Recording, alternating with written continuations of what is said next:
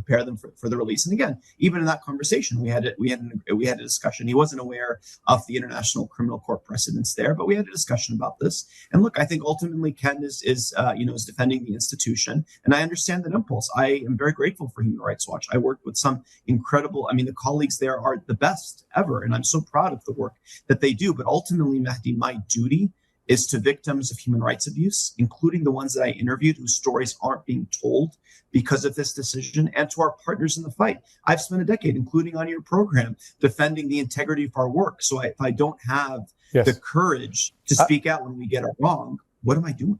You keep mentioning the lack of precedent for this. Has never happened before at Human Rights Watch. Just for example, the genocide report that came out, that was a big lift. Amnesty did it, then Human Rights Watch did it. It came, and then other Israeli organizations followed. I'm surprised that this is what broke the camel's back. I'm surprised I didn't see you resigning over the genocide report. The Human Rights Watch was ready and able to put out the report on genocide, but not this. That feels to be more controversial than this.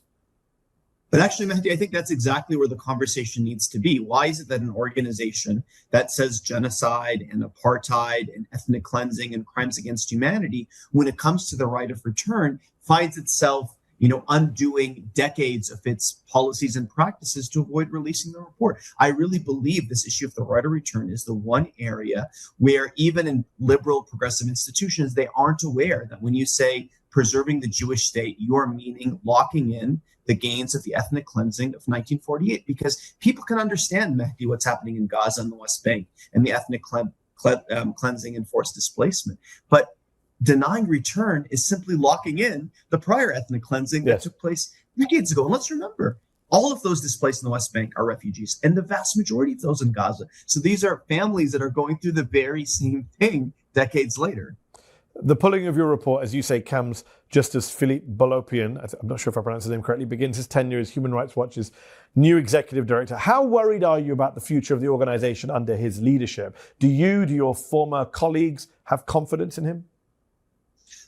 Look, I think this decision raises serious question about the new leadership's fidelity to the core way that we do our work. Look, the idea that pragmatism can dictate the scope of research and legal findings, which is sort of what's happening here, is really a code to cook the books. The idea that a close call on advocacy can be the basis to shelve the reports, that's the sort of selectivity